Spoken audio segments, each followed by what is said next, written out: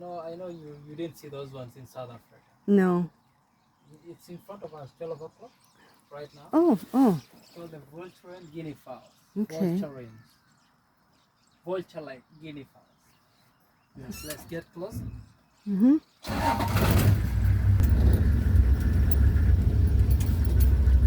Look at these guys.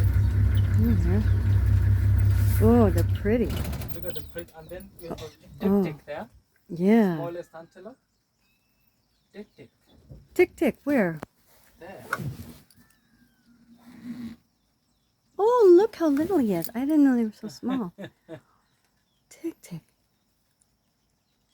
Oh, he's a little one. See the tick, Bill? Tiny little antelope that pairs for life. Yeah. And if one of them dies, another one will not last long Oh. because of stress and loneliness. Yeah. Cute. Little tick. Kind of like a cross between a kangaroo and It's called the white-throat cuckoo, Mm-hmm. like the water butter bird. It's like somebody's pouring.